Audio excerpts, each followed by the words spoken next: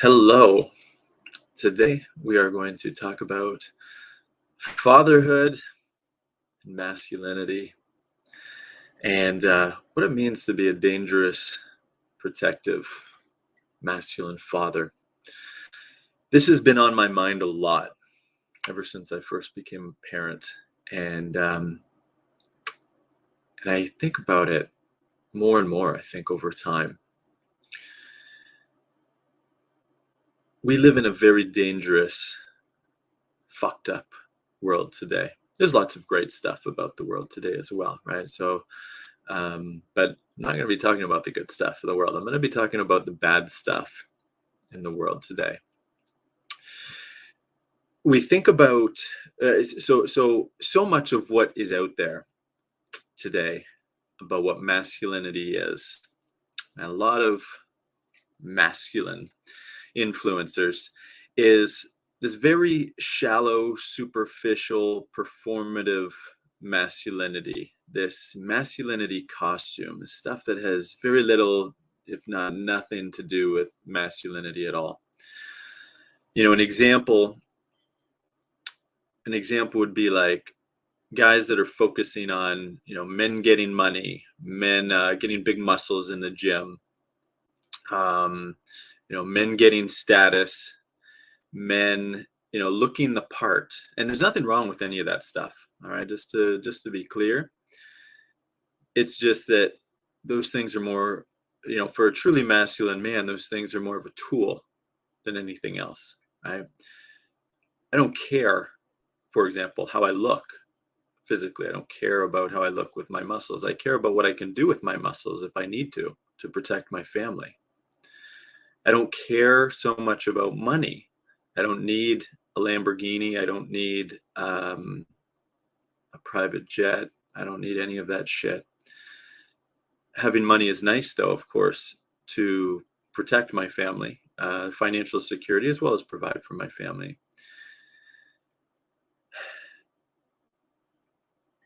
Masculinity is often not properly talked about, really what it is, what it is like to be a masculine father. Let's talk about that for a moment. So one of the things that I often think about with my daughter right now, who is 16 months old, I'm always thinking about threats to her constantly. Not because I'm paranoid, just so you're clear, just so everyone's clear, I'm not paranoid. Um, but I know realistically that there are a lot of potential threats to her, right? There's a lot of threats from the government and their propaganda, and their many mouthpieces, and all of the potential indoctrination that she could receive, as well as the indoctrination that my wife could receive, and I could receive if I wasn't aware of it. There's all that stuff.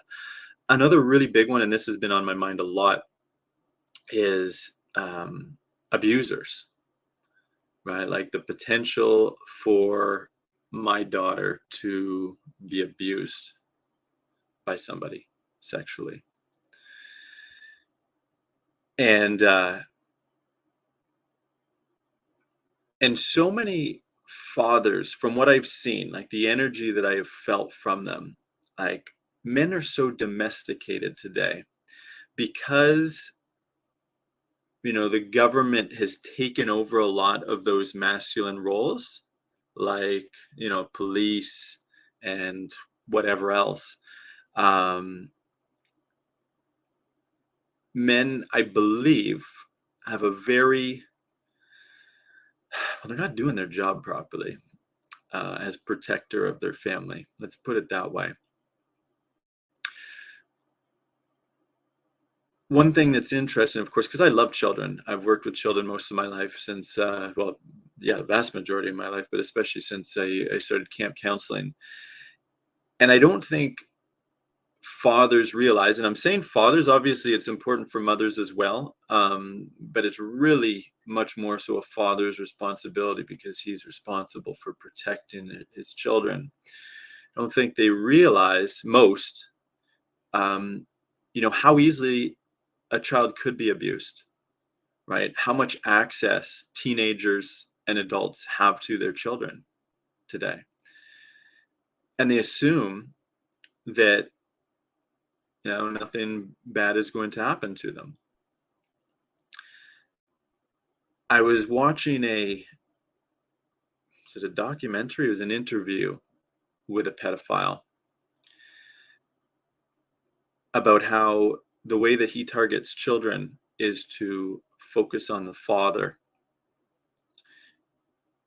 and how basically dangerous he is, how aware he is, um, how vigilant he is, right, of his children, of potential threats, and for any fathers that were quite aware, he would just avoid. He would go for the really weak fathers, the ones that aren't paying attention, that don't realize the potential dangers to his children.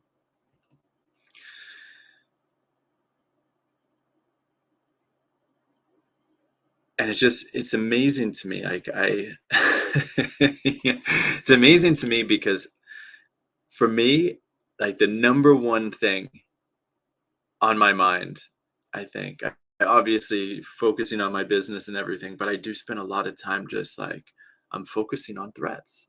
I'm focusing on potential threats to my daughter. I I also like fantasize.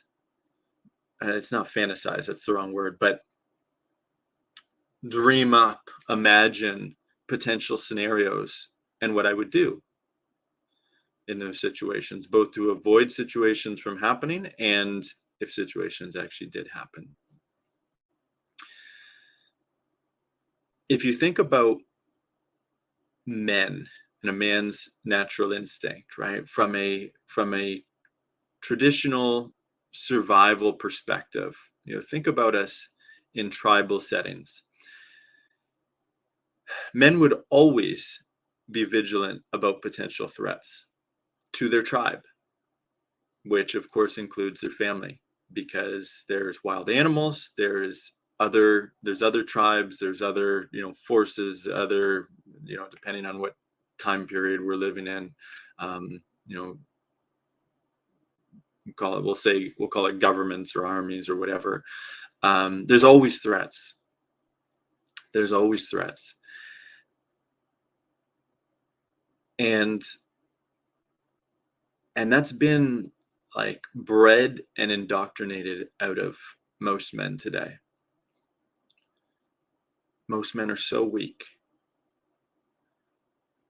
They're so docile when it comes to this. And of course, here's something interesting too, right? I've dated a lot of women, um, and not from a devotional place, right? And I fully admit that it was more of a self-serving little Peter Pan place, and and sometimes I would meet their fathers at some point, and I never really felt any fear of them, and that's not right. It's not right. If a man was truly embodied as a man, any any man that dates his daughter should absolutely feel fear of being anything less than 100% honorable. Anything less than 100% honorable. He should actually be terrified. Should be absolutely terrified. And that's just something that a man's going to feel, right? You should be able to feel. Now, I'm not saying, of course, I'm not saying a father should be a total raging asshole or anything like that. It's not about that. I'm a very friendly person, and I'm a very loving person, but I'm also very capable of being very violent and very dangerous if I need to be, if my loved ones are threatened in any kind of way. And I don't feel that from, or I haven't felt that from most fathers, from most men in general. And of course it's in men. Understand that it's in every single man to be very dangerous, to be very violent, to be very protective. Um, and I'm talking about, just to be clear, just to clarify this.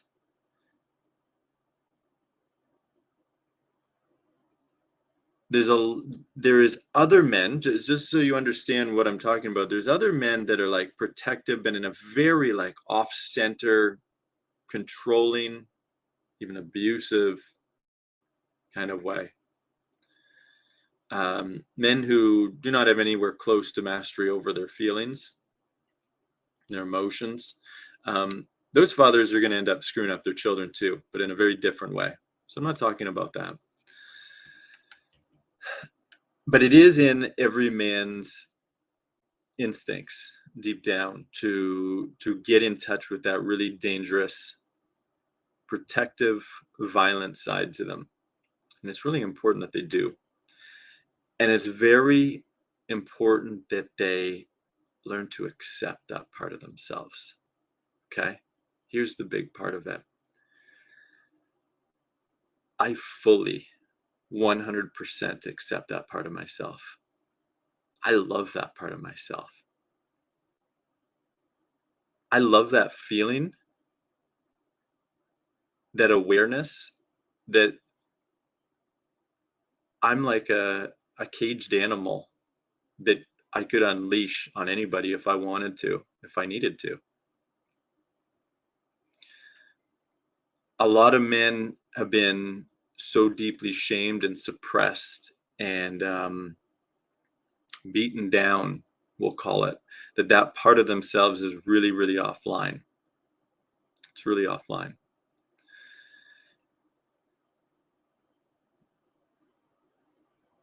And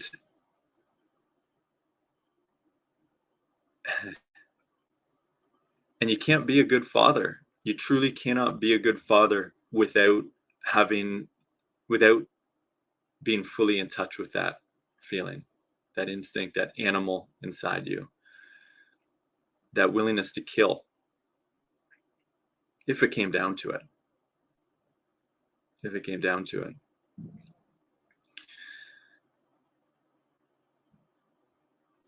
If that's covered up in fear and shame, then you won't be able to perform your job of being a good protector for your children or for your woman. And the other thing is, a woman is not really going to feel safe with you. She's not, because she can feel how beaten down you are. She can feel how suppressed you are. She can feel that animal inside of you is offline. How are you going to protect her? How are you going to protect your future children with her if it's offline? A man's got to feel all of that fear and all go through it.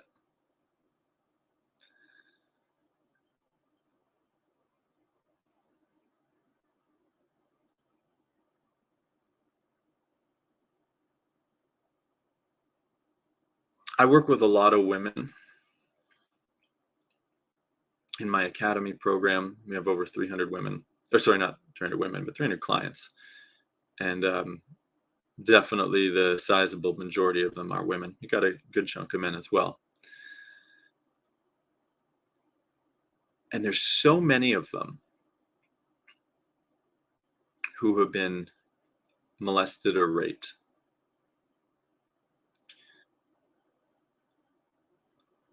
Most in their childhood or teenage years. And I'm just not talking about my clients either. I also just know so many women that follow me, that have talked to me about this, women that have done calls with me. Now, sometimes it's by their father, which is, fucking worst thing of all. Just the most disgusting thing I could imagine. Sometimes, it's a grandfather or brother or an uncle, a boyfriend, a date, sometimes a stranger. And so I've heard like hundreds of these stories as a coach. And of course, there's nothing that's going to screw up a woman and their relationship with men, with the masculine, than something like this happening, right? And so I'm very, very hyper aware. I'm very, very hyper aware of how it can happen, why it can happen. Um, and I act accordingly, put it that way. I act accordingly because I'm always hyper aware of potential threats.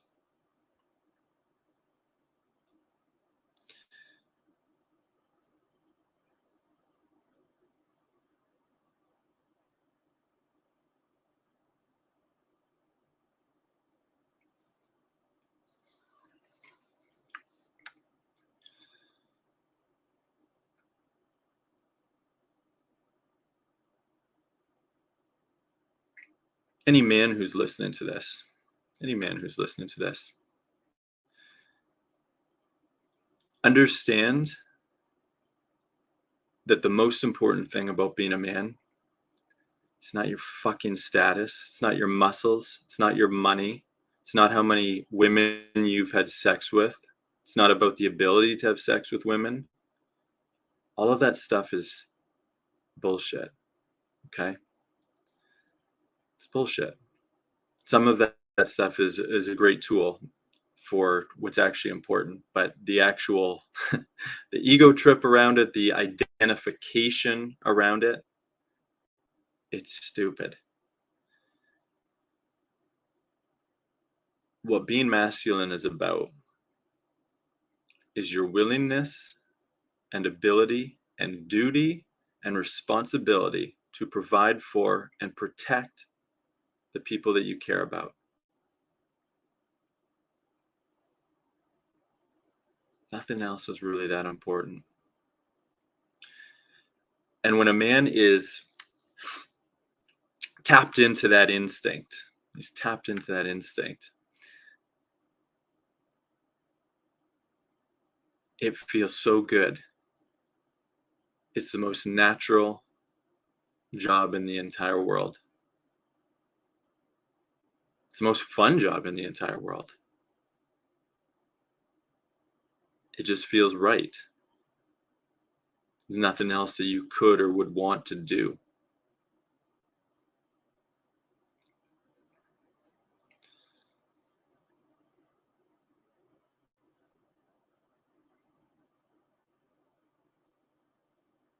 Men have to get away from this boyhood version of what being a man is.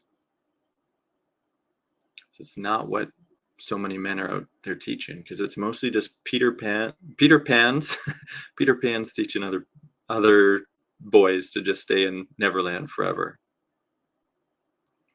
It's not what it's about.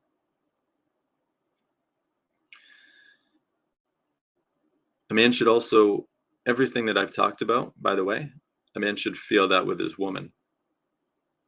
That sense of responsibility, that very, very protective energy,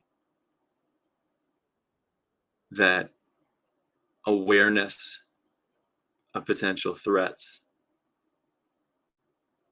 that hyper awareness of potential threats, because they do exist. They absolutely do exist. And whenever you're out with a woman or with your child, you should be in that energy. That doesn't mean you can't be having fun and being playful and all of that stuff, of course. And I do that. But you should be in that energy, that sense of responsibility, that your first and foremost responsibility, the most important thing is protection all the time. The protection of a man is such a wonderful experience. I know it's a tough job for my man, but I also know he can handle everything. So I don't worry when I'm with him. It's so exhausting being out by myself because I feel that protective load. Yeah, absolutely. And isn't it interesting, right? Because it's the exact opposite for a man who's in his masculine energy, right? That same sense of anxiety, it's exhausting and overwhelming for a woman to have to worry about that stuff for herself and also for her children. It doesn't feel like that for an embodied man. It feels great. Right? Of course, a man can still sometimes experience anxiety and everything, right? Because he's human. But it feels great because it's that sense of responsibility that feels amazing. That I'm in charge. I'm in charge of protection. I'm in charge of protecting the people that I care about. Now, of course, a Peter Pan boy who hasn't grown up is not going to feel that. It's not going to, because you're just there to be his roommate or his playmate or his sex mate or his pay for 50% of dates or whatever. Any women watching this, pay attention to that energy. It's really important. If you know what that feels like and you know what that doesn't feel like, you can end up saving yourself a lot of time. Because believe me, you definitely do not want to have children with a man that does not have that instinct fully online. You're just going to be causing yourself a hell of a lot of pain and stress in your life. Yeah, that's my thoughts for today. I'm not even going to talk about my Clarity Masterclass or anything like that. Just subscribe to my YouTube channel. That's my call to action today. If you're not watching this on YouTube, go to my YouTube channel. I got hundreds of videos for you to watch if you're not watching this. If you haven't discovered my YouTube channel yet, you got to go there. To get on my YouTube channel, go to relationshipyourdreams.com. Links below. I got a link right there. And then subscribe. And if you are on YouTube, subscribe. These videos are going to just keep on getting deeper, more interesting. And we're going to bring up some really interesting, important topics over the next few months. That's it for this one.